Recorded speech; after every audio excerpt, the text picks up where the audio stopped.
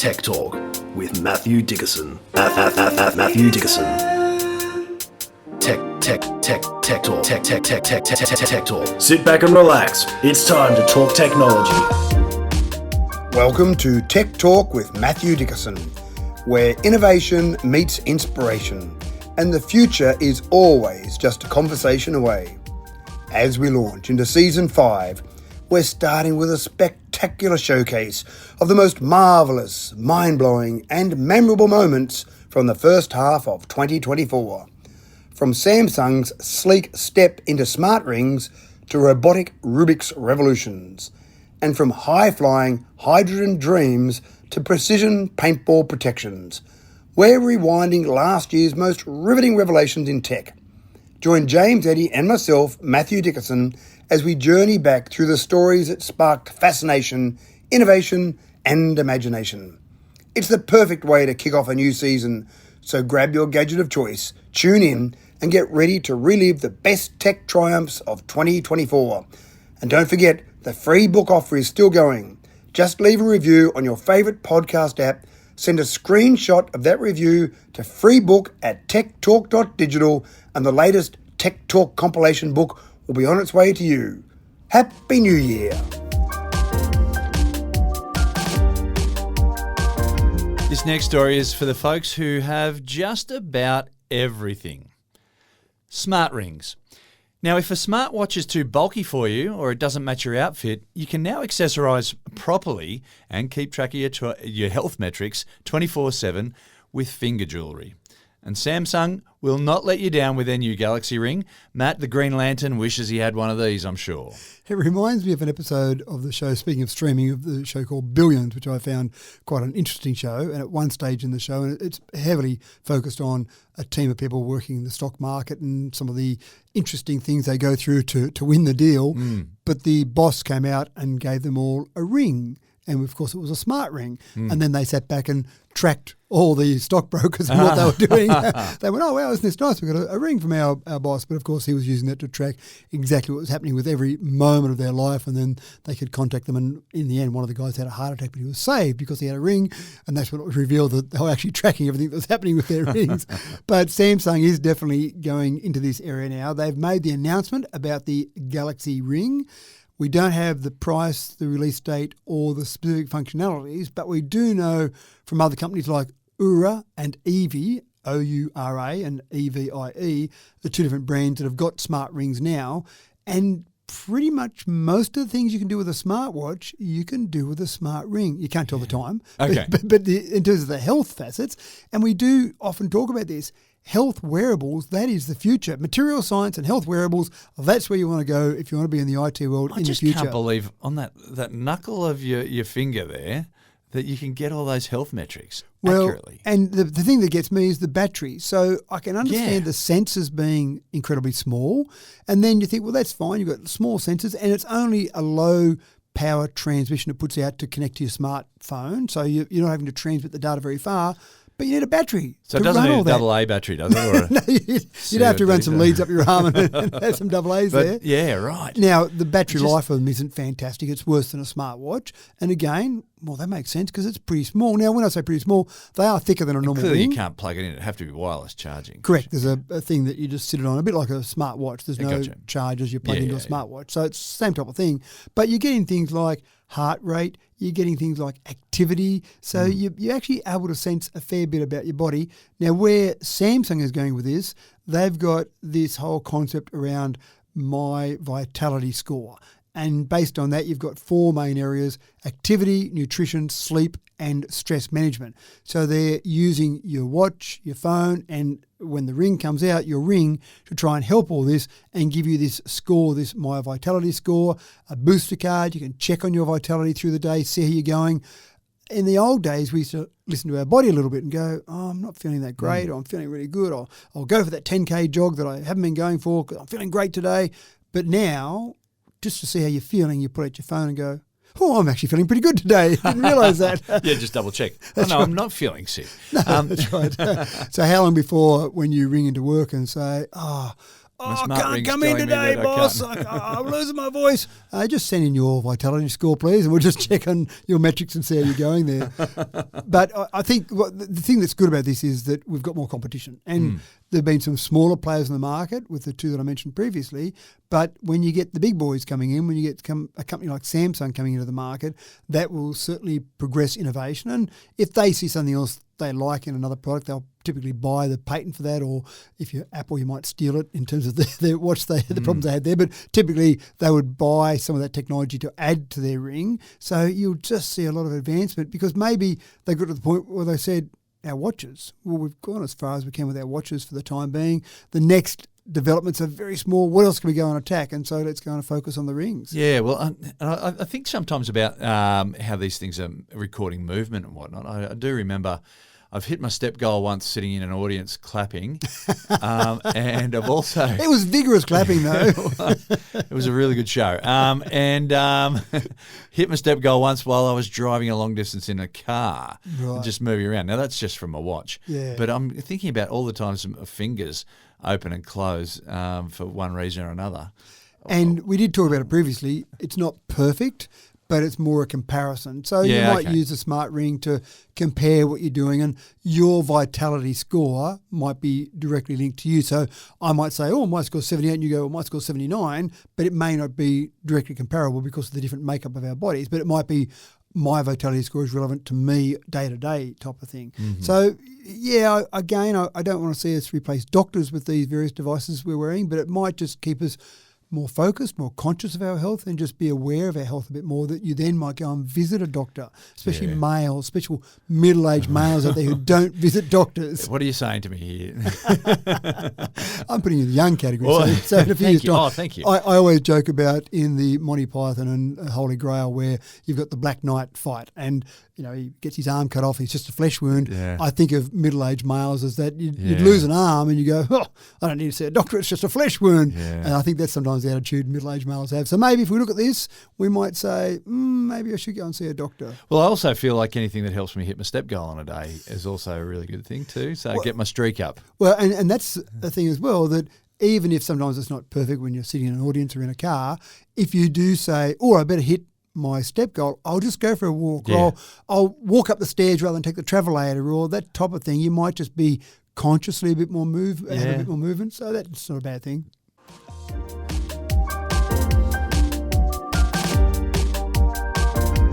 NASA is taking another step towards colonising Mars, folks. Our ability to create realistic simulations improves every year, and NASA is currently casting its net for volunteers who are happy to take a year out of their life to simulate life in a Martian colony. Matt, you've got the deets. I've got the deets, and sometimes I think, wow, that'd be cool fun. It would be, but then after a week... Yeah, for a year? For a year. Oh, gee. Well, one of the big tests for these people is how well they can get along with other people, or how they manage things when they're not getting along. Because there's nowhere to run, nowhere to really hide. I've lived with flatmates that a day is enough. Yeah, and so it's good that you can get out of the house when you're living with certain flatmates. A while back, it must be at least 5 or 6 years, they had an experiment about was it the 6-month or the 12-month trip on the spaceship, and they just set up some shipping containers. And these people had to inhabit these shipping containers.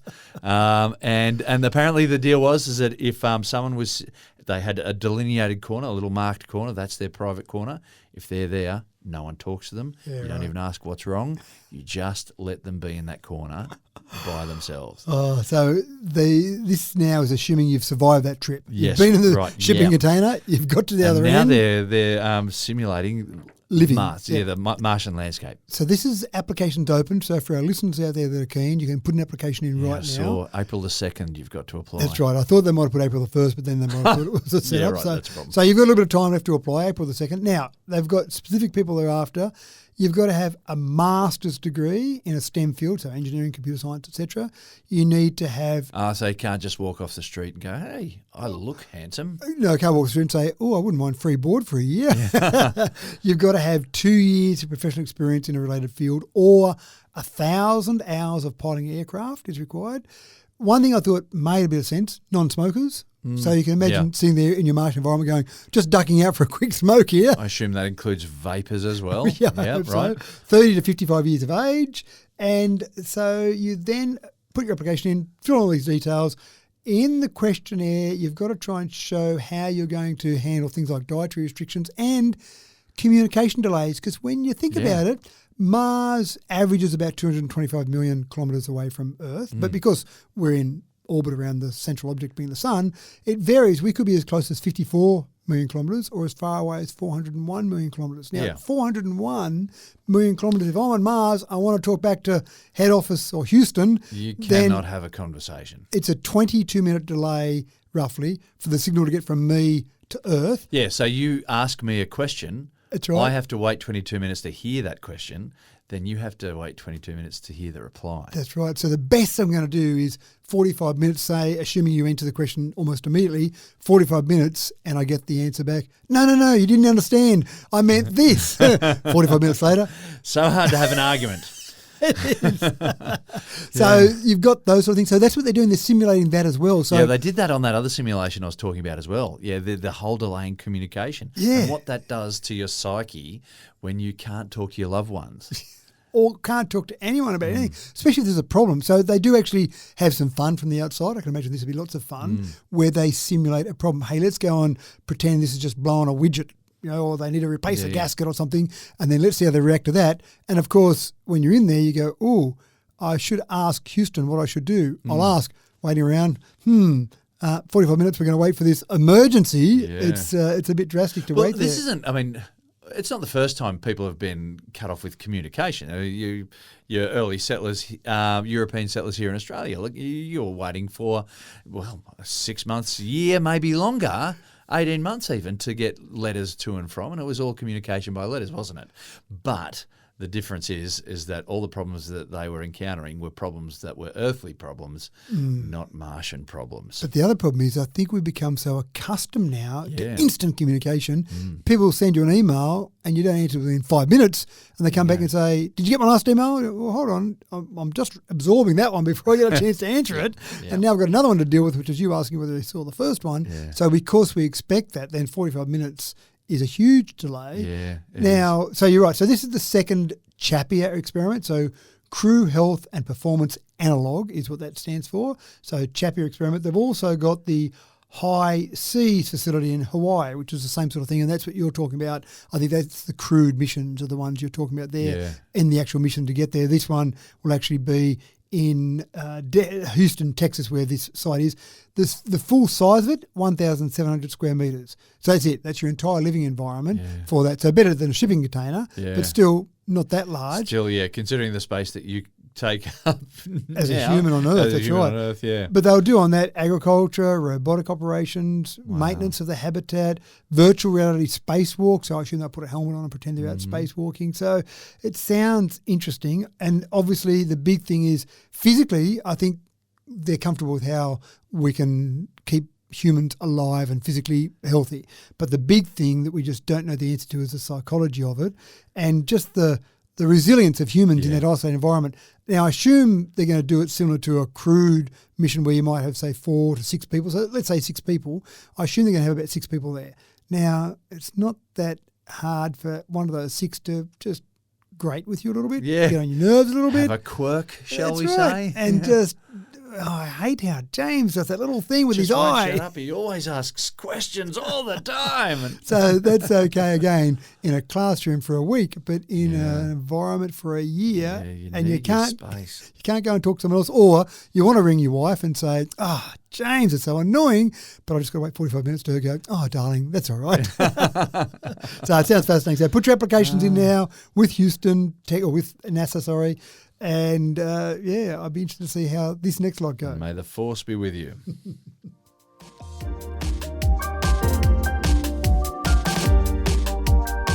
The age of sail is back again, ladies and gentlemen, but it may not be quite as romantic as when we left it.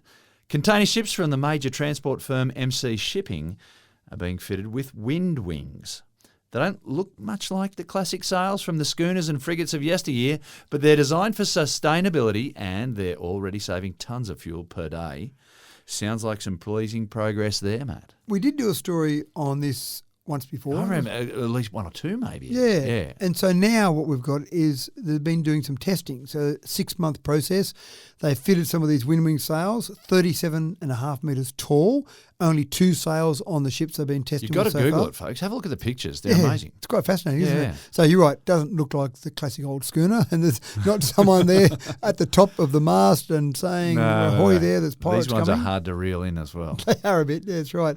So they've done some testing. The vessel's been going around China, around Brazil, and so essentially over 6 months they've now got some data, which is fantastic. On average, the WindWing sails were saving about 3.3 tonnes of fuel per day, and I'll get to percentages in a moment because 3.3 tonnes, does it use 7,000 tonnes a day or does it use 5 tonnes a day? I read one source saying saving 12 tonnes, but that seemed like a phenomenal amount. Well, it is, but that's what they found. On optimal wind condition days, up to 12 tonnes. Yeah, so on wow. average, 3.3 tonnes, but on days where the wind was absolutely spot on, a gale behind you, fantastic, up to 12 tonnes. So I'm wondering how many tonnes one of these container ships has to of fuel. That's right. They have to take with them on a long journey. And that's the relative thing. Whenever someone tells me a number, I say, well, that means nothing to me because I don't know how much fuel a ship uses. But so still, if you're saving 3.3 tonnes, it sounds like a lot. God, that sounds like a lot. So let's go percentages now. Okay. 14% on average is You're what they right. say. Okay. So the 3.3 tonnes converts to 14%.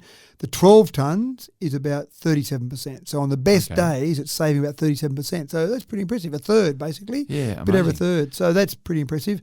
And So 1 in every 7 trips, you get a free trip. that's one way of looking at it, yes. Yeah. If you look at the 14, 7 14s or 100, close enough. That's very cool. So, so it's pretty good. Now, that's with 2 wings. 3 wings, they save an additional 1.5 times saving. So essentially, which makes sense. It's kind of adding an extra saving to it by having the 3rd wing there. Now, the problem is that you've got these ships that are typically pretty low to go under bridges or to go into ports. Oh. Now they're 37.5 metres tall Ah. above the deck. Oh, dear. Bit of a problem. There's always a downside. Now, I have seen ones where they lay them down, but it doesn't look like these ones lay down, but that's an option. You can lay them down so they're not an obstruction, but they've started working with 250 ports that they're commonly at to work out how they could bring these sails into ports without causing any damage. And I actually thought about when the ship comes up and docks, if the sails are still sitting there, now you'd obviously turn them so that they're not hitting the wind side on, they're hitting the wind as a thinner surface area as possible. Yeah. I just still thought, even with that, there's probably a bit of wind pressure and you probably don't want your ship docked and then getting pushed over in different directions by the wind. So that'd be one challenge. So maybe the best way is to lay them down, but that's all still part of the ongoing research.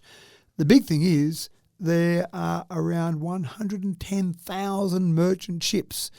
If they're burning those sort of levels of fuel each day, then you start to add up to a lot of fuel burn each day. Yeah. If you could have a 1/3 saving across all of those, remember these are retrofitted, that sounds like a significant saving. So we might see new ships coming out with these, but also retrofitting might be one part of the step just to reducing fuel overall. Maybe a good time to become a sea captain as well. A change of career.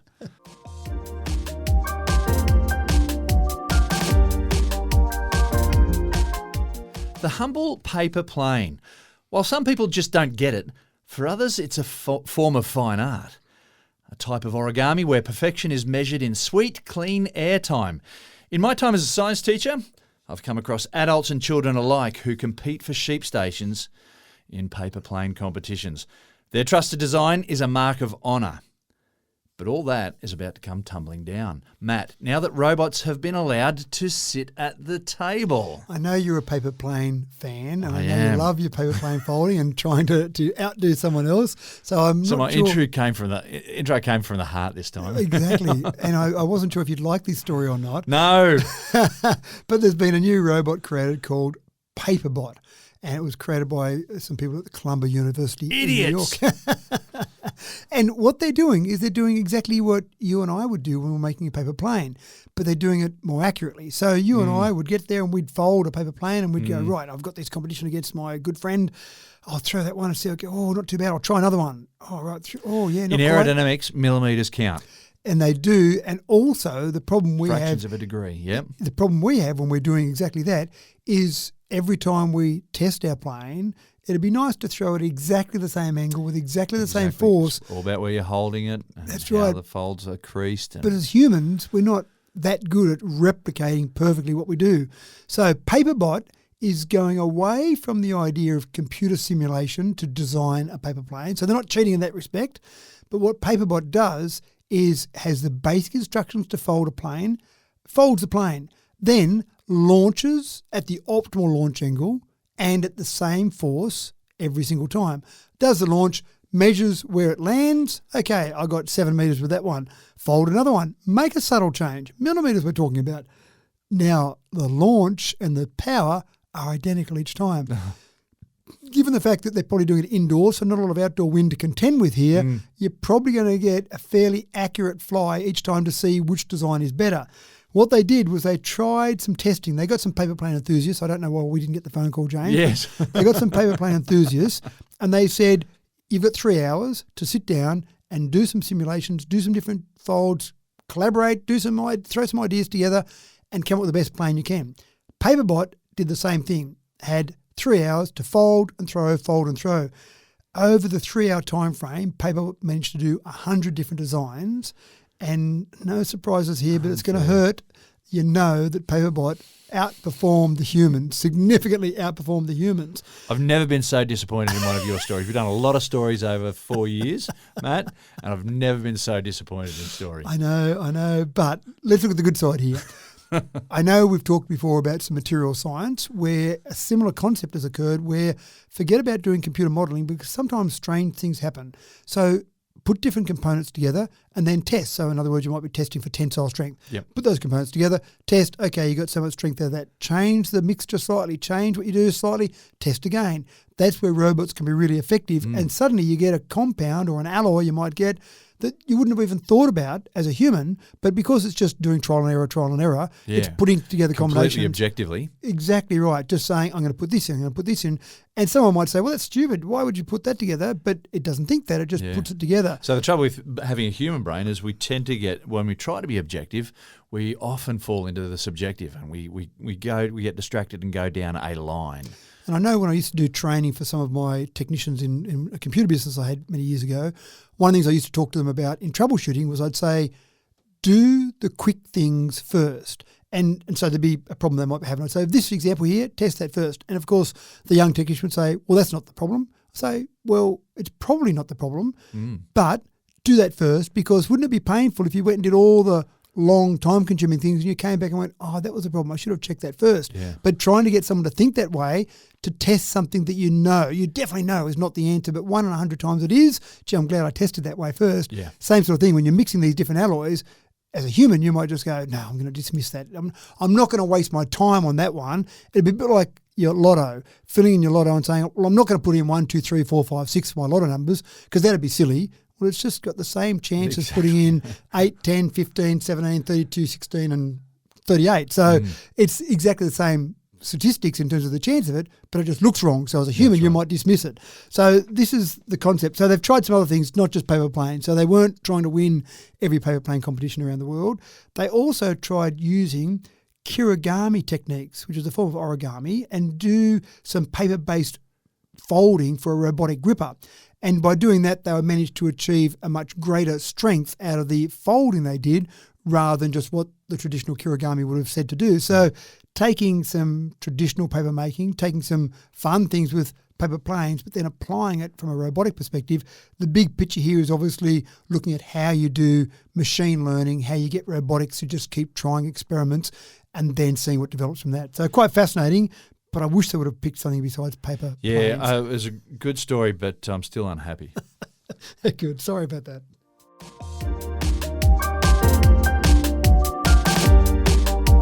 First story is all about a security camera born from a Batman movie. Paint Cam Eve will spot an intruder in your yard and then launch an assault.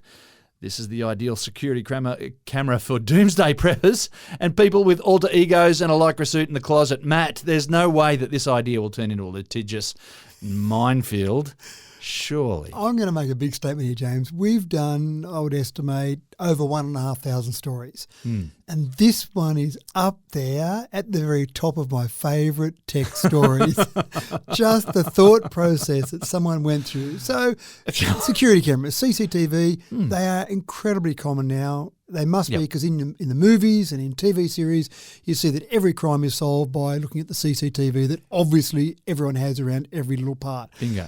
So that's not that unusual to have CCTV. It's getting cheaper, it's getting better, high resolution, 4K cameras, all fantastic.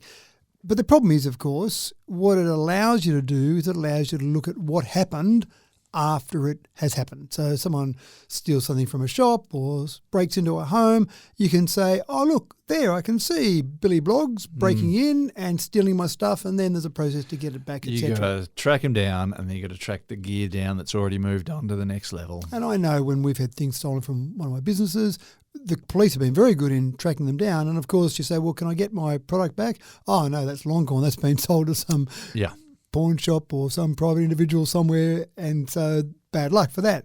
So prevention is obviously a good thing. Now, when people see cameras, they might say, well, maybe I won't break in or commit that crime because it's on camera and I might get caught, so I won't do it. So sure, preventative there, but there's no prevention like being bombarded with paintball. I've played paintball. In fact, my friend, and I say friends in inverted commas, treated me to a paintball trip for my bucks party when I was getting married. And so as you can imagine, as the buck, then I was a bit of a target for everyone. So it was exactly what you want for a bucks party, one target and everyone else having fun at their expense. But paintball hurts a bit when you're playing paintball. Absolutely. And you're running around, you've got goggles on to protect your eyes, and you get hit by those little bits of paint, and they do sting a little bit. So I can just imagine someone coming along to break in, and next thing you know, they're being bombarded with paintball. You're probably going to say, I'm not going to stay here and continue on. Although maybe you do, because maybe you say, wow, if they've got some paintballs firing at me, they must have something really valuable inside. I'm going to wait till it runs out of paintballs and then I'm going to go. But the next step, if the paintballs don't do it, you've also got tear gas pellets. I read that in your notes and thought, oh, no. Like paintball, you can have a bit of a giggle as you're watching on the camera, but the tear gas, it's starting to get to next level, isn't it? Oh, that is. So you can just imagine someone coming along, hit with a few paintballs. That's right. I'll withstand those, or I'll wait till it runs out. And the guy's just trying to drop off a package. well, that's exactly what I thought. I thought you can guarantee you'll never receive a delivery from Australia Post again. The guy comes back from his round going, what's all the paint over here? I had to deliver at the Dickerson place today. So it does sound incredible. But I think the logic of it is quite interesting. Self-defense options, non-lethal, that's fine. Sure. It does give you verbal warning. So to be fair, it says, please move away, otherwise you'll be hit with some paintball. And you'd hear that and you'd think, yeah, sure. Once you get hit by the first one, you might think, okay, they're not mucking around now. The tear gas one, I think, is probably next level. But there are some pretty clever bits of technology in it. It does have facial recognition, so you can get it to learn your delivery man, someone that delivers your parcels, the local Australia Post person. So it sees the face of that person and says, nah, everything's okay, it's all good. It also does have the ability, as most CCTV does, to go back to your phone, so you can actually say, oh yes, that's okay, that's someone dropping off a parcel to me, or that's a friend I know coming around. So don't bombard that person with paintballs, or that does look like actually someone trying to break in. Hit them now, go for it. I couldn't find out how many paintballs it can store. And one of the problems here, as I talk about all this, it's not actually available yet. There is a Kickstarter campaign to fund this and to get people to actually go forward. I don't know what areas, what countries it's available in or will be available in, because surely, as you mentioned there, the litigation. So I surely, just think here in Australia, where we've got more litigation per capita than any other country in the world. Well, we've beaten America now, aren't we? We're in front of them. So we get to that point where you've got to have some regulations around it, but I can't imagine the regulations are going to be easy. So I don't know where it's available, but go and have a look at it. It's called Paint Cam Eve, and it does look quite interesting. But I said, again, just for the brashness of this, it almost goes to the top of my list of stories. The next model will we've have done. rubber bullets. Then, What who next? knows what. And then if you're in device. Texas, it's probably real bullets that you have firing at you. So. Anyway, sounds quite fascinating.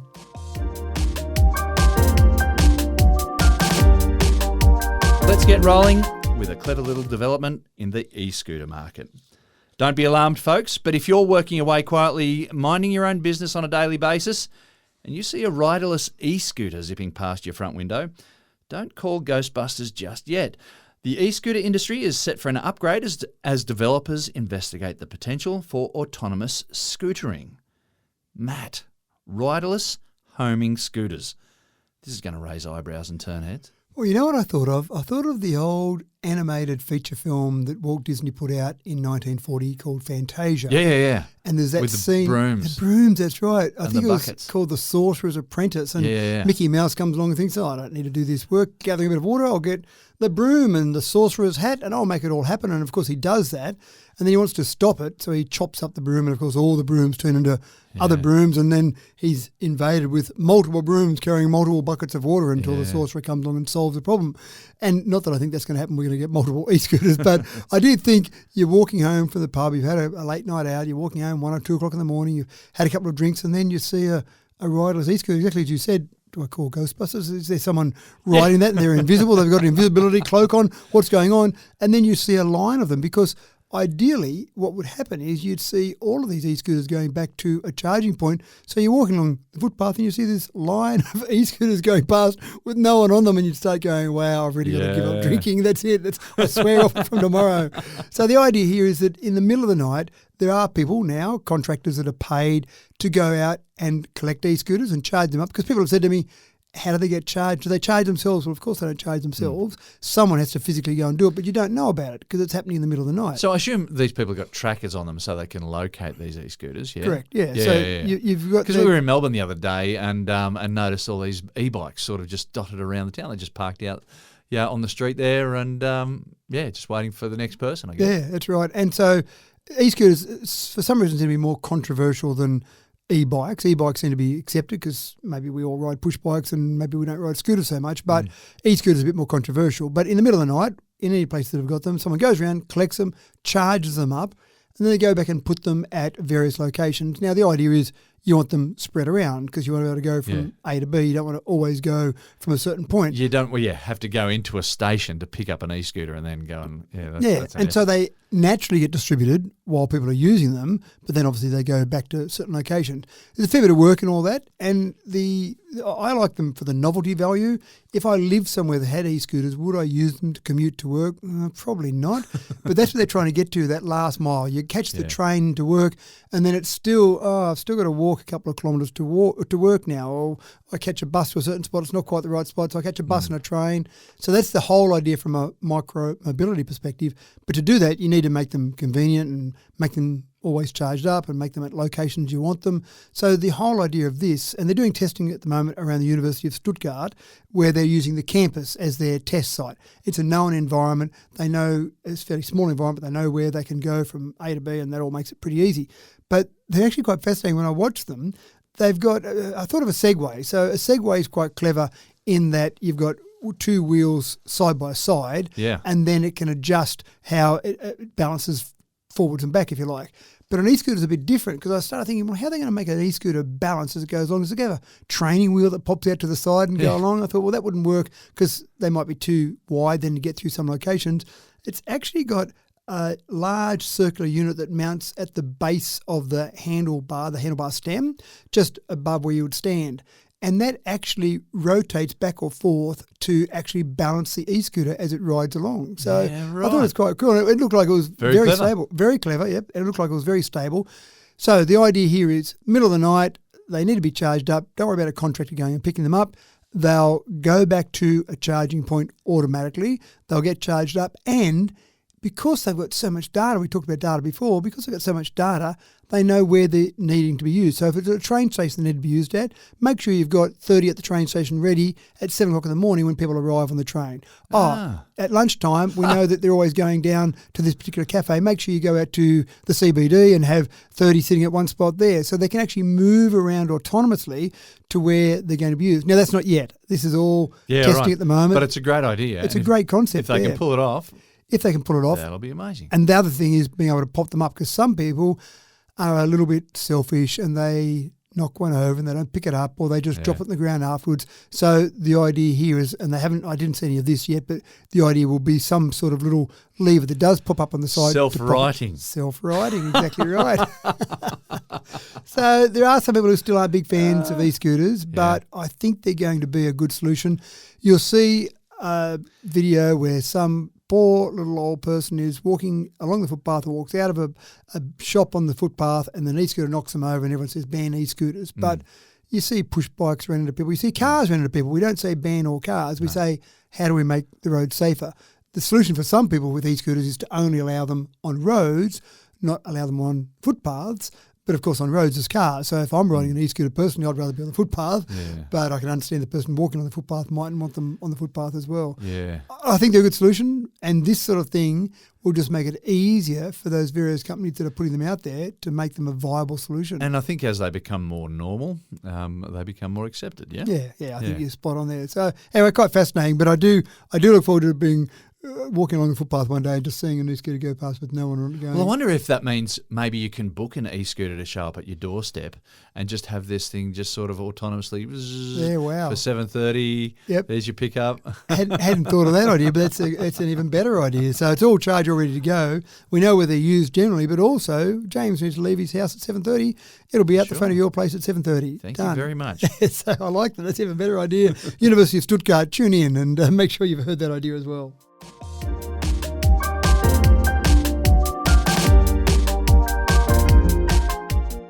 Here's your chance to grab a free copy of the latest Tech Talk compilation book in 3 easy steps. Step 1. Listen to any Tech Talk episode, like this one right now. Step 2. Leave a review on your favourite podcast app. Step 3. Email a screenshot of your review to freebook@techtalk.digital with your name and address. The first 20 emails each week until the end of January 2025 will each receive a free book. Don't wait. You are listening to this podcast right now. Leave a review and send that screenshot to freebook@techtalk.digital. Tech Talk, your weekly gateway to the tech world.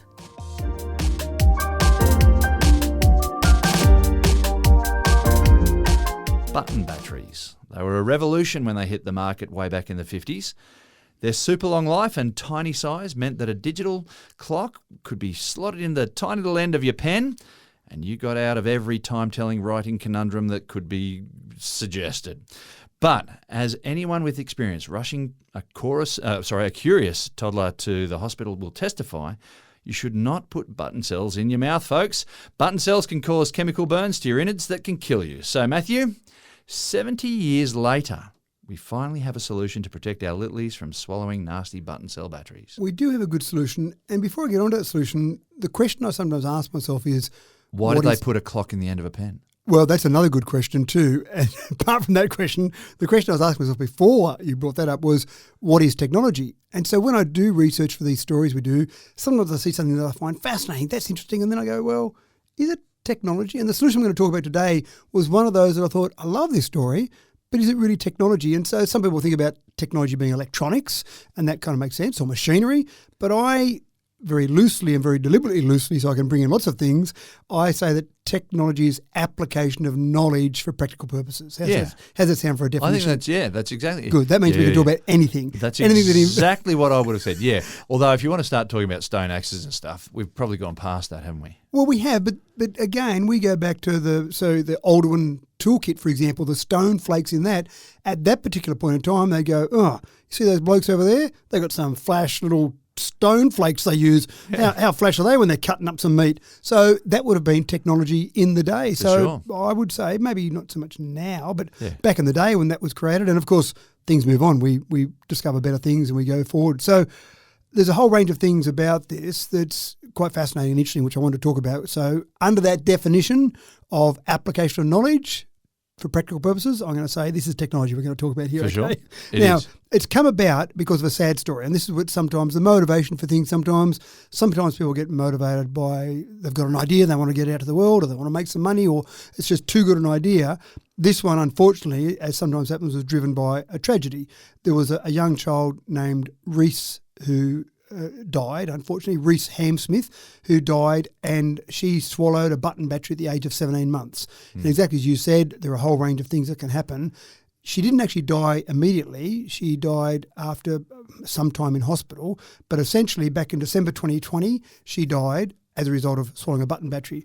Her parents said, I don't want this death, as you can imagine, as heartbroken as they were, this death to come to no good. So they created a not-for-profit called Reese's Purpose. So in other words, the purpose that Reese was on this earth, even though she died so young, is to help other people. So they started working out ways to reduce the risk of button batteries for other children around the world. And when you consider that at the moment in the US alone, about 8,000 minors are admitted to emergency departments as a direct result of swallowing batteries, then it's a bigger problem than I realised. I thought that wouldn't happen that often. Surely we know about the danger, so it wouldn't happen that often, but obviously it does happen. And that's no disrespect to those parents of those 8,000 children each year, because kids get into everything. That's right. Accidents happen. Accidents happen. I've got my son, who's now 22, has got a scar on his fingers because at one stage we don't have any heaters in our house because we've got slab heating, so you don't see any heat source. But we were visiting a friend who happened to have a radiator bar heater, and he was crawling along the ground under the age of 1 and saw that to try and help himself stand up. And so he put his hand on this nice glowing red thing to hold himself up and started crying, obviously. And so we rushed him to the hospital. And so, again, we were terrible parents because we weren't watching. Not really. Kids get into stuff. So in this case, they've worked with Energizer and they've said, what can we do to make these batteries safer? Now, when a child sees a battery sitting on the ground or maybe it pops out of a toy, they pick that up and they put it in their mouth because kids tend to, young kids particularly. Taste is a valid sensation and it's a way of learning things. Exactly right. So they started first of all working on making sure the batteries weren't exposed. And in the US, they got a thing called Reese's Law through on the 16th of August 2022. And that talks about having child-resistant closures on battery compartments. So that makes it safer so kids don't just pop out a battery. And also about stricter warning labels and making it harder to get into batteries, which is that frustration we get when we buy batteries. I can't just get this open. I've got to get the scissors and cut it out. That's a good thing. But obviously batteries do end up sitting in lounge rooms, sitting in toys that maybe that's right. Kids Once use. something that's been used for a while. Exactly right. Now, so Energizer and Reese's Purpose got together and said there's two things. The first thing is when they pick it up and put it in their mouth, let's make it so it tastes so disgusting that the child says, that's not a lolly, I'm going to spit it out because it's got a bitter taste to it. So they've come up with a non-toxic coating that will last for the life of that battery on the outside, so the first thing they do is spit it out. Well, I understand that's the same sort of thinking as the smell they put in natural gas. Yeah, exactly which right. is odourless. Yes, so that's we right. can smell it, we hate it, and so there's gas leak. That's right. We smell a gas leak, not because natural gas has got an odour, because they put an odour into it so that you go, what's that I can smell? That must be that stuff they put in natural gas to make it smell. So you're right. So put that bit of taste on the outside. So I thought that was a brilliant idea. But the second part they did was even better. They've got, on that same non-toxic coating that they've got on there that tastes bitter, they've also got a dye that reacts with saliva. Probably reacts with moisture in general, but reacts specifically with saliva. So if you put it in your mouth, it turns blue. So you come in, you see your child with blue around their mouth, and the first thing you do is start looking on the ground to see if they spat out that bitter-tasting battery. If you can see the battery on the ground, you say, oh, thank goodness, the battery's on the ground. My child spat it out. I know they had it in their mouth because it's all blue, so I can take that battery and put it away and thank goodness, thank you for Reese's Purpose. If you can't see the battery sitting on the ground or nearby, you pick up the child and you get to hospital. As soon as possible. Exactly right. Now, many people think that choking is the main hazard, but choking isn't the main hazard. It's the chemicals that are inside that battery, and when they get inside your stomach, you've got a various number of chemicals and acids. Well, it can even burn your esophagus. Well, like that's the main in your risk. Esophagus. Correct. That's the main risk. So they can before it gets to the stomach. So it can burn through tissues and organs, but the esophagus is the main area. So even if it gets stuck in your throat, in your esophagus, and it gets stuck there and you can still breathe, so you're not choking, but it can get stuck there to the point where it then burns your esophagus, and then you've got a hole in your esophagus out to the rest of your body, which obviously doesn't sound like a good outcome for someone. So that's I think the breakthrough here. And those batteries, not often things we talk about here are things that are coming in the future, distant future, maybe near future, but this is one that's available now. I'm not sure if they're available in Australia yet, but in the US, you can go and buy Energizer batteries. Can't imagine it'll be very long. No, I imagine that it would just be standard fare. It's not like you're going to say, here's the one with the blue dye and here's the one without. Pick which one you want. Yeah. It's going to be on every battery. And I imagine that other battery companies as well, whether Reese's Purpose says have the technology because we want to share it with everyone, a bit like Volvo did with seatbelts. It's too important a discovery to hold it for one brand, or whether other brands developing something similar. The other quick one is just a little PSA here. If you do have a child that swallows a battery and they're over the age of 12, the advice from the medical experts is to, on the way to the hospital, give them honey. The honey apparently attaches to the battery and reduces the likelihood that chemical burns will actually affect the body. Yeah, wow. Yeah. So if you've discovered something there, pick them up on the way out the door, grab the tub full of honey and a spoon and say, on the way to the hospital, have some of this while we're going along in the car. Under the age of 12 months, don't give them honey, apparently. I'm not sure why, but that was the advice of the medical experts when I was doing this research. 12-month-old. Yeah. 12-month-old and plus, yeah. So anyway, well done. From a family tragedy, coming up with something like that. And I just think that's absolutely brilliant, the concept of it and the application of that concept as well.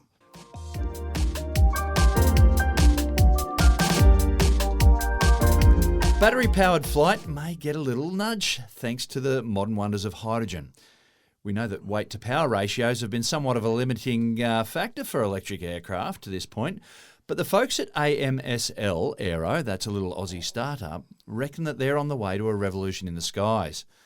Matt, how's this all panning out? I'm actually pretty familiar with this company because I've seen their aircraft in testing. I think we've done a story on them before as well. We might have had a little other story. batteries, yeah. Yeah, now, and it's progressed from where we've last talked about them. And when we've talked about them before, and possibly in terms of just physically seeing them, what I've seen is the device, the aircraft they've got, has been tethered to the ground via cables that allow it to take off and go maybe a metre or so off the ground, and that's it. So if something goes wrong, it doesn't go crazy and land on someone's house somewhere. Yeah. So that testing has been done. And these particular aircraft, they're quite clever in that they've got a takeoff process like a quadcopter. So they've got 8 motors on 2 wing structures that takes off vertically.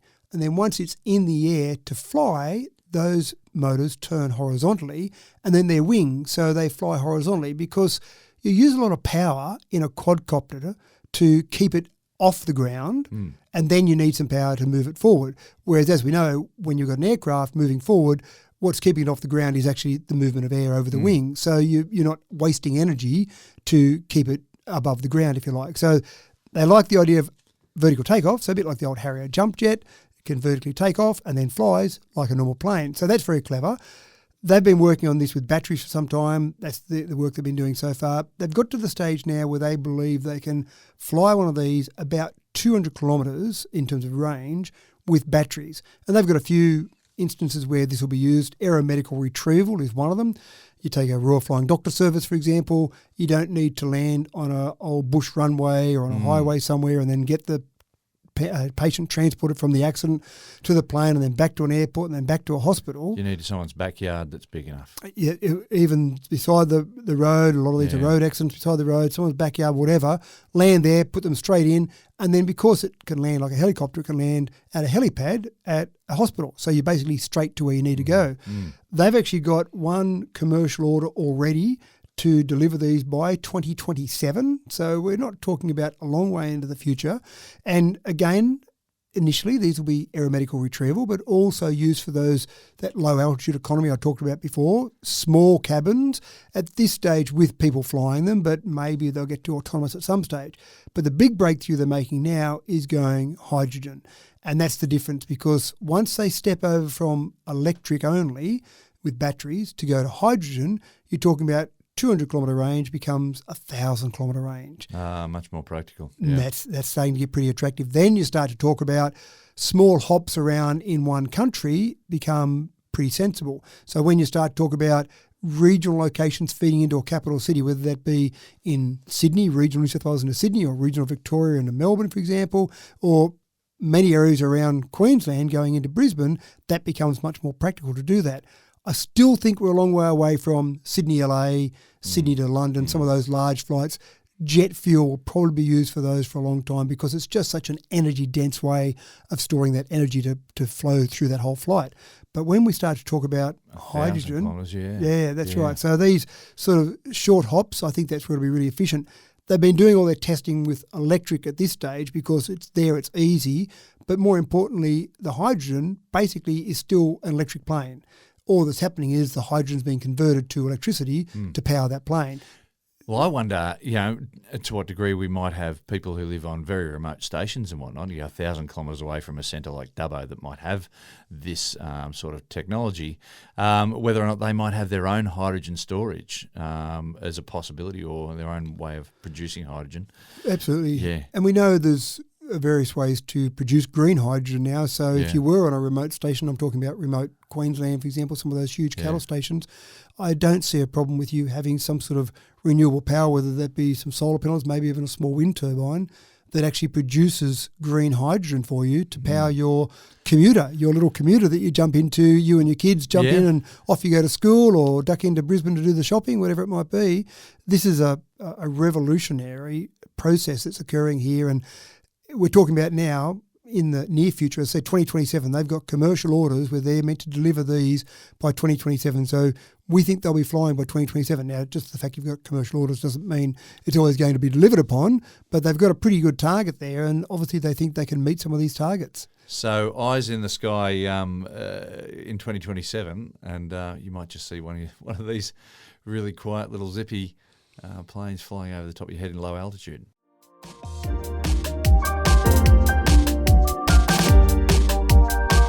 The world of pharmaceuticals is about to get something of a shake-up.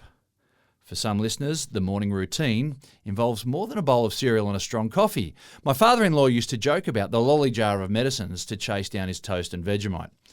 So in an era where you can pretty much 3D print anything, printing personalised tablets to streamline the morning routine makes perfect sense. Matt, 3D printing comes to the rescue once again. And it does need to come to the rescue. It's actually a much bigger problem than I realised when you've got people that have got multiple pills to take in the mornings. And they did some surveys out of the UK. They said that 50% of residents are taking the wrong pills or forgetting or at the wrong time on their various pill regimes. And in the US, I'm not sure if they're clever in the US or they've got better techniques, but about a third of US citizens that are on various pill regimes get them wrong. And they're getting them wrong, not just a simple little, whoops, I missed that one today. It might be taking multiples of one or missing for a week or a whole range of things. Now, the best I've seen has been a little pill box that's got all the pills. Someone has to go through and put them in each on day. A Sunday night. That's right. Here's my weekly pills. Put them all in, and they've still got to get them right for each of those days. And then presumably when they get them right, then, today's Monday, open up Monday, there's the pills that I take, which still doesn't allow for the pills that you might need to take twice a day or once a day. It's just assuming you've got one a day pills or maybe have two separate containers for the morning and the afternoon. It all gets very complicated, which is confusing for people. So again, 3D print anything. We've talked about that, although my wife still isn't happy until I talk about a story where we're going to 3D print breakfast, lunch and dinner in a pill, because the amount of time we spend actually doing all of that, the average person spends 4 hours a day preparing a meal, eating a meal and cleaning up after a meal. Imagine that 4 hours a day back. So my wife wants the pop a pill for mealtime. Easy as that. Easy as that. We're not there yet, so I can't give my wife good news on that, but we can on pills. 3D print a pill. Now, this sounds like the best thing ever if you're a drug lord. You just have one of these set up in your basement. Already. Well, probably happens already. You're probably right. But imagine setting that up in the basement and just popping out whatever pills, whatever drugs people want, illegal drugs I'm talking about. That's not the design of this. I'm sure the researchers are not thinking that's what's going to happen, or hopefully they've got some safeguards in place. Researchers at the University of Nottingham have come up with this idea of taking different types of pills, different drugs that might be needed, and 3D printing them all into one pill. So all you've got to remember is to get up in the morning and take that one pill.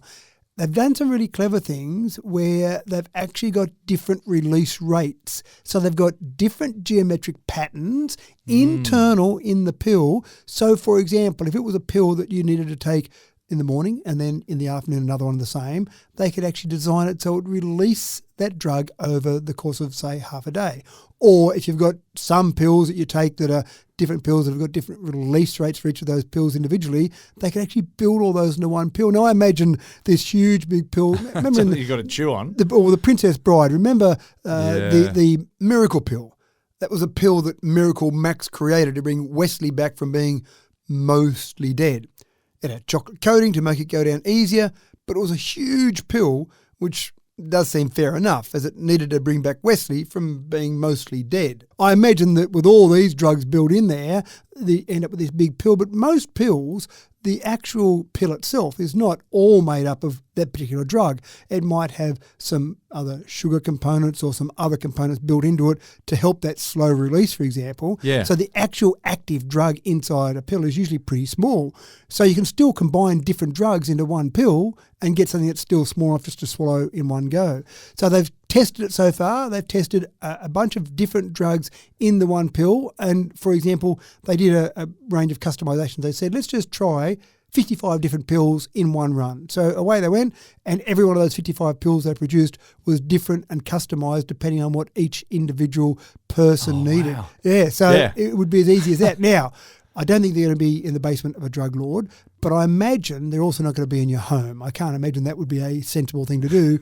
But I imagine at a pharmacy, for example, you go into a pharmacist and you say, here's my prescription for my 3 different drugs that I need. And the pharmacist says, sure thing, come back. We'll go and just activate our 3D printer and come back in an hour's time and we'll have your set of drugs ready to go that are customised for you. Don't share them with your friend. They're just going to be for you. And then you take those pills and you've got to remember one pill. So it sounds pretty clever from that perspective. I like the idea.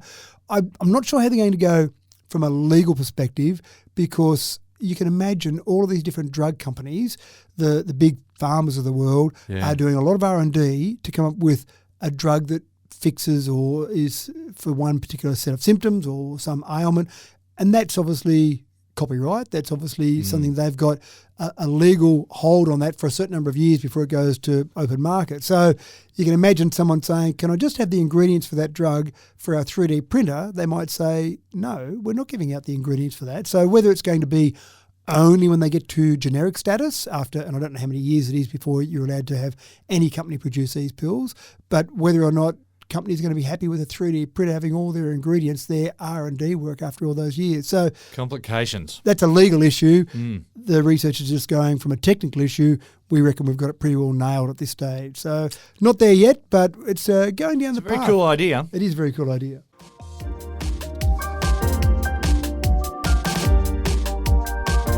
Now, if you've ever been to San Francisco, flower in your hair or not, you'd have to agree that it's one of the most picturesque cities on the west coast of the US. A pretty city, and perhaps a great place to leave your heart, some might say. Famous for its little cable cars that climb halfway to the stars, it now offers another unique experience. Its new gimmick of driverless taxis are building in popularity amongst sightseeing tourists. Matt, you've got to have your plane ticket by now for sure. It's time to go driverless taxi sightseeing. You've got to be prepared for it, though. If you do go, so this is a tourist attraction now, believe it or not. Robotaxis in San Francisco, that is a tourist attraction. Forget about, I'm going to San Fran to ride the cable cars. I want to go up and down these hills. Golden Gate Bridge or out to Sausalito. Yeah. Robotaxis, that's what's drawing people there. But you've got to be prepared, because when you get there, it's a bit like Uber. When you book your driverless taxi, you go into an app and you book it, but they're not taking everyone on day one. So you get to San Fran and go, great, I'm here because I want this experience. So you pull out your app and you register on the app and it says, sorry, there's a registration waiting period. So it takes about a week. What? Yeah, because there's too many people using it, so they've got to keep a limit on there. So you've got to wait about a week. So if you're going to go there, make sure you register on the app before you go there, at least a week before you go there. So then when you get there, you can say, That's right, excellent. now I can pull that out and I can register that and I can pull it off, and the car pulls up and you get in, you take your photos in there, your videos, whatever you want to do, and say, look at me having a great time, because you wouldn't be having a great time unless you posted a photo about it on social media, because then that's the way you know you're having a great time. Knows. Yeah. That's right. Yeah.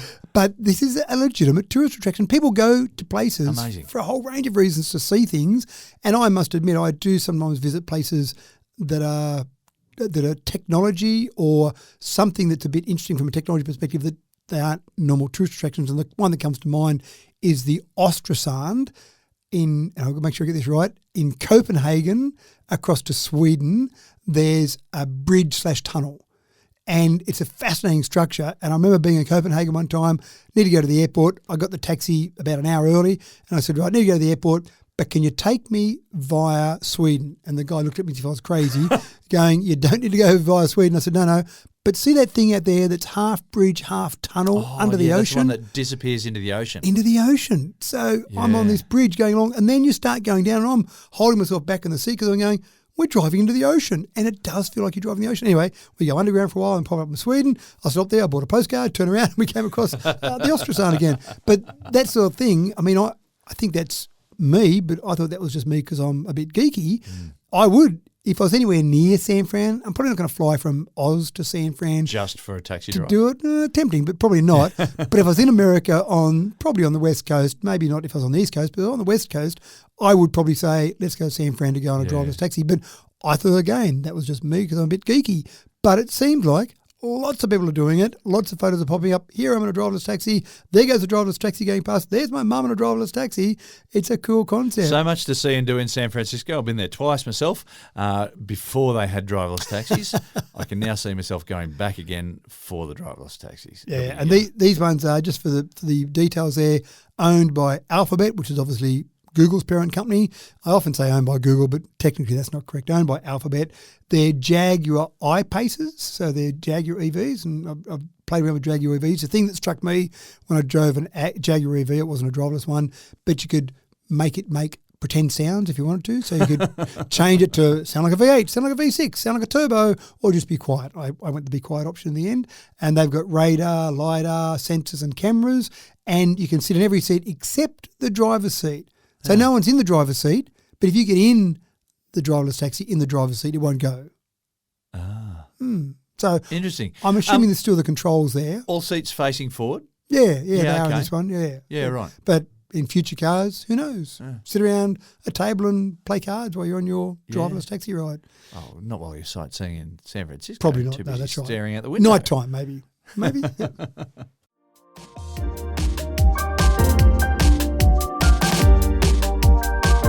Have you ever solved a Rubik's Cube?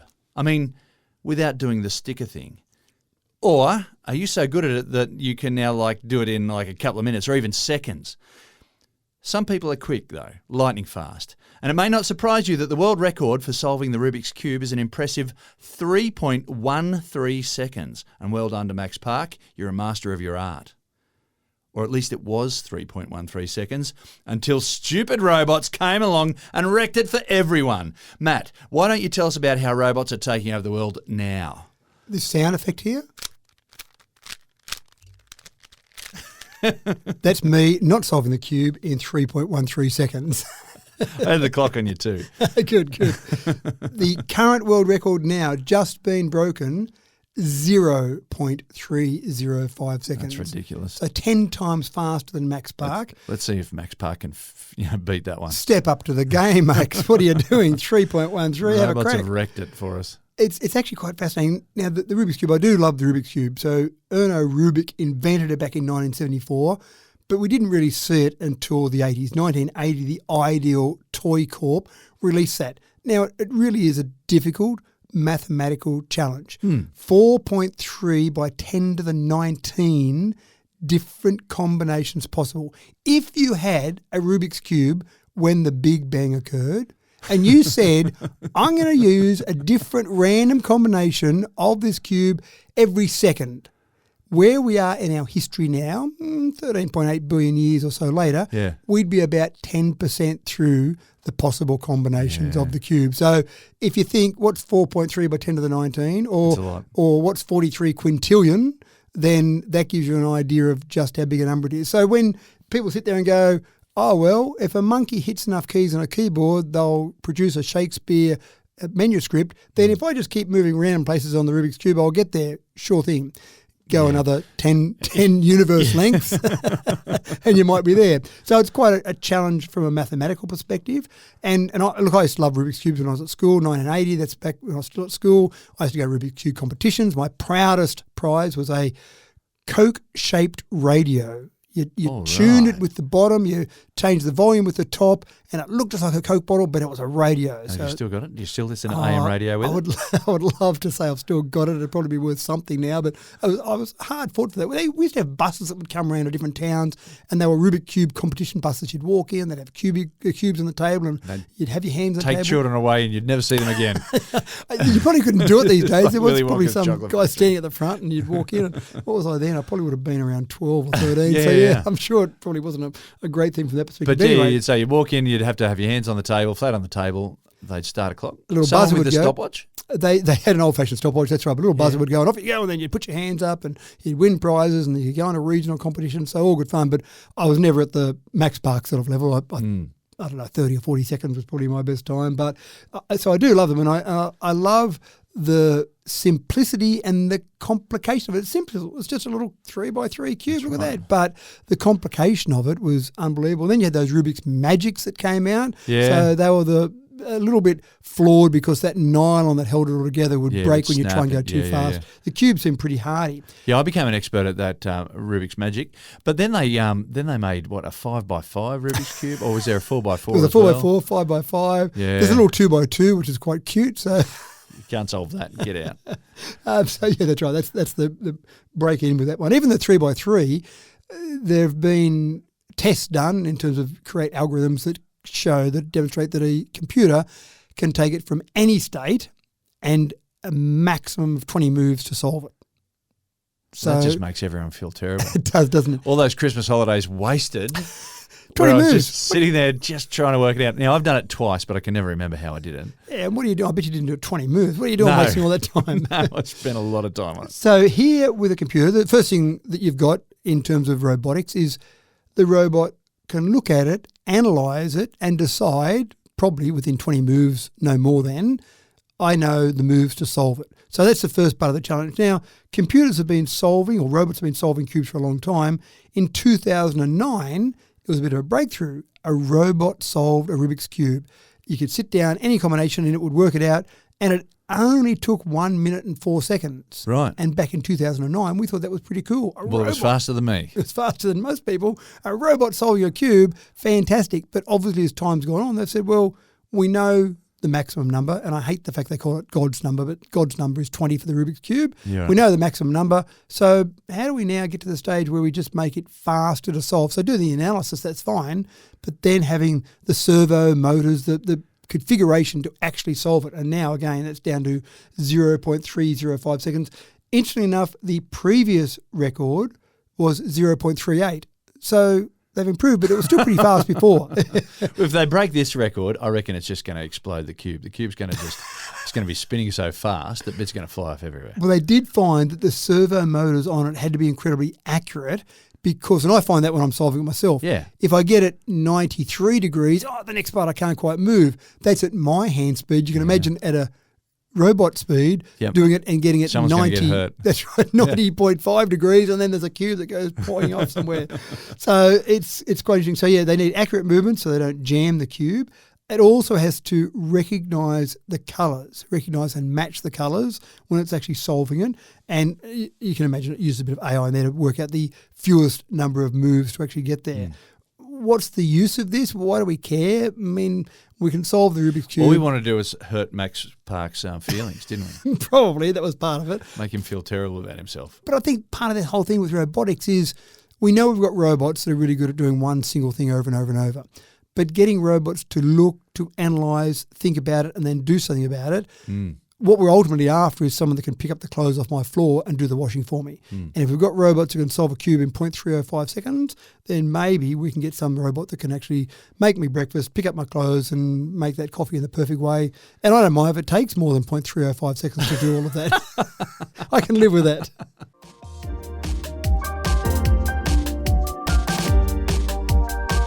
Here's a story for the night owls.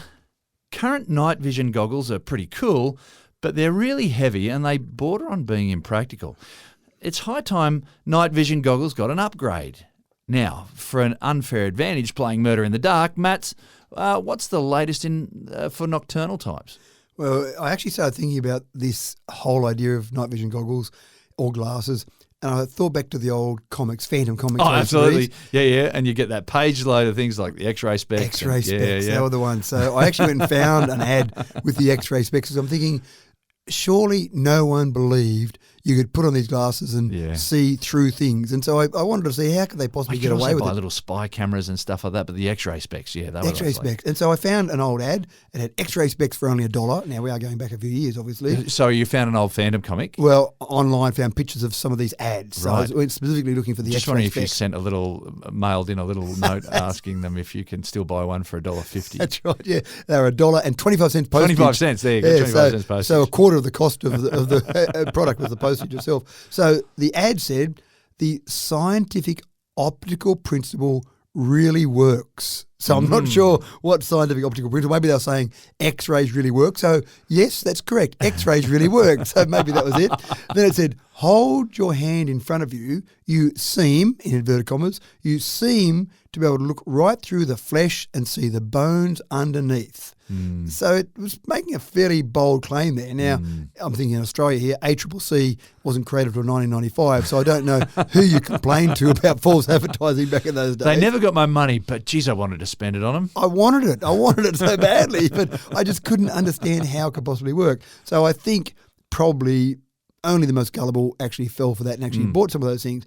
But if someone had have said in that same context, here's an ad for put some glasses on that look like normal glasses and see at night, I would have been, sure thing, just as cynical as the X-ray specs. But not so quick, it turns out. Maybe there is some future here. Now, let's go to the electromagnetic spectrum. So, as we know, it goes from, say, gamma rays at one end all the way through to radio waves at the other end. Yep. And there's only a small part of that that's in poor old humans in our poor old body, the visible light spectrum in there. So what are we, 380 to 700 nanometers roughly, say? Yeah, that's a pretty good estimate. Yeah. I would have even brought it smaller than that, 450 about 700, I think. So you're getting that section of it there. Now, goggles, the night vision goggles you mentioned at the beginning, I'm experts on those because I've seen them in movies where the bad guy always has night vision goggles in the basement so he can see around there. But, of course, they're big. They stick out a long way. If you're trying to sneak around and be the bad guy, ran into something there or clunked on something there. And they're big and heavy too, I understand. They'd be heavy and they need power to run them as well. So you need some sort of power source. And everything's got a green tinge, which you can probably live with because obviously you're seeing things where other people can't. What they typically do is they take any little tiny bit of light and magnify it. So they're basically magnifying the light that's around there. And you've also got some different versions of that would emit an infrared light, so you can see a reflection of that infrared light and they convert that. And that's how CCTV works. You'll see night vision CCTV, and night vision CCTV is exceptional in its quality now. Not colour, but the quality you get out of it in a mono version is quite incredible. Yeah. What we've found with this particular example, get away from the bulkiness of the standard night vision goggles, get away from needing power. Researchers have come up with a thin film made of lithium niobate and silicon dioxide gratings. And what that does is it converts infrared light into visible light. Quite incredible. Amazing. So it's taking infrared light around, say, 1550 nanometers and converting it to 550. So you put this film across normal-ish glasses and essentially you just look at what you might be looking at. Now, there's going to be some infrared light there somewhere typically. Everything that's not at absolute zero is emitting some infrared light, maybe not a lot of it, but this will actually take whatever it can see there and convert it. So you could wear glasses that look normal, a thin film, that's it. So a bit like sunglasses, you're probably not going to be able to see that it's a bit thicker in the glass, and then suddenly, and it's not going to make it look like daylight, but it's going to make it look a bit like CCTV that's maybe a little bit dim still, depending on how much infrared light was around. So any infrared light. So if you're out walking early in the morning, I was thinking of some not down in the basement villain type scenarios here. Okay, righto. I was thinking about how you might use them in a practical sense, but I thought people go out for early morning walks, particularly in winter, and it's dark. Yeah. And they might be getting to some track or where there are lights there, but it's still generally dark.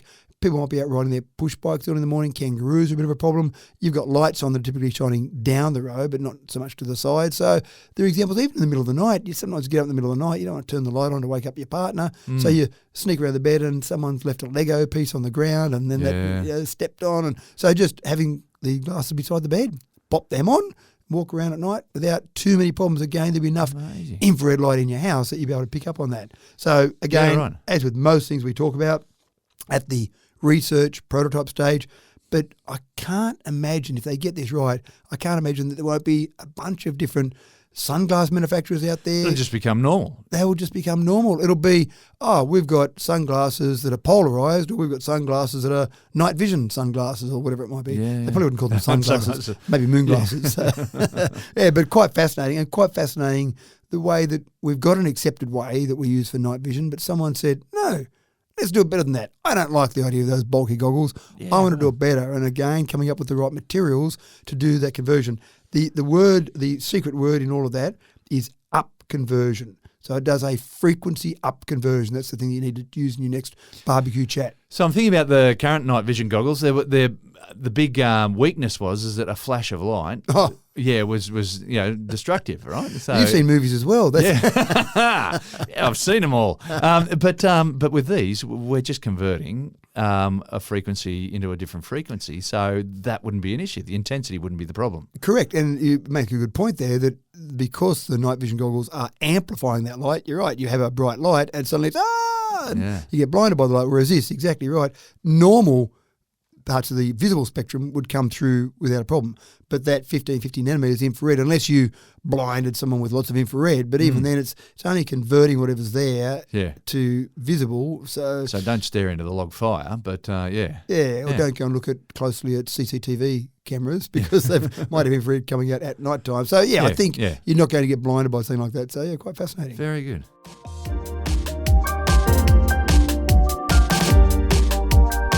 What an electrifying expedition through the pioneering possibilities of tech's first 6 months in 2024.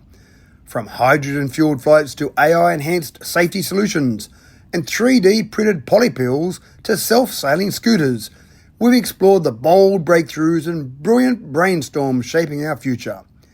As we wrap up this retrospective, remember, the tech world never stops turning, and neither do we. Next week, we'll bring you the second chapter of 2024's sensational stories, proving once again that the only constant in tech is change. Until then, keep your curiosity charged, your innovation ignited, and we'll see you back here next Monday at 9 a.m. for another episode of Tech Talk with Matthew Dickerson.